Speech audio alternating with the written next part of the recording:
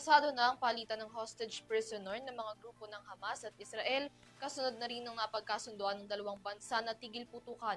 At si US President Donald Trump nilagdaan na ang Comprehensive Peace Agreement sa Egypt.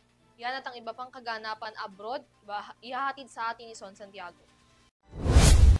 2 taon na ang nakalilipas simula nang umigting ang giriad sa pagitan ng Israel at Hamas sa Gaza.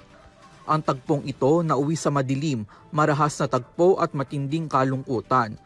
Nangangalahati pa lang ang bilang ng araw sa buwan ng Oktubre ngayong taon, ang karumalduman na pangyayari noon nauwi na sa labis na kagalakan para sa mga apektado dahil sa nagaganap na tigil putukan ngayon.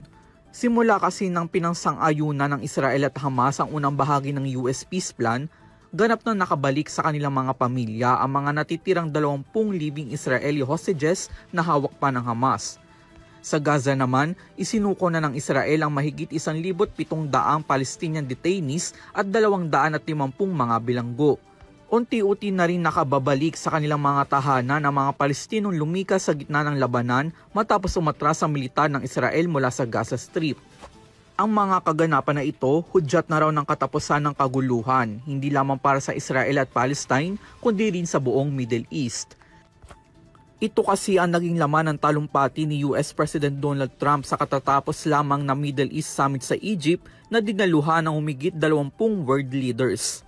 Together we've achieved what everybody said was impossible. At long last we have peace in the Middle East, and it's a very simple expression, peace in the Middle East, and we've heard it for many years, but nobody thought it could ever get there, and now we're there. Great, glorious, and lasting peace, and our commitment to fulfill. Kasabay din ng summit ang porma na paglalakda ng mga bansang tagapamagitan ng Comprehensive Peace Agreement, kasama ang mga tagapamagitan ng mga bansang Qatar, Turkey at Egypt. Ilan lamang sa nilalaman ng agreement ay ang pagtataguyod ng pantay na karapatan para sa mga mamamayan ng Israel at Palestine. Gayon din anumang sigalot na sumiklab sa Middle East sa hinaharap ay dadaan dapat sa negosasyon at diplomatikong usapan, hindi ng dahas.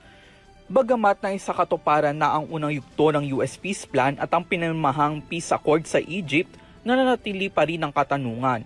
Ano na nga ba ang susunod na yugto sa usapin ng isang Palestinian state? Para sa EuroTV News, ako si Son Santiago, sumasaludo sa bawat Pilipino.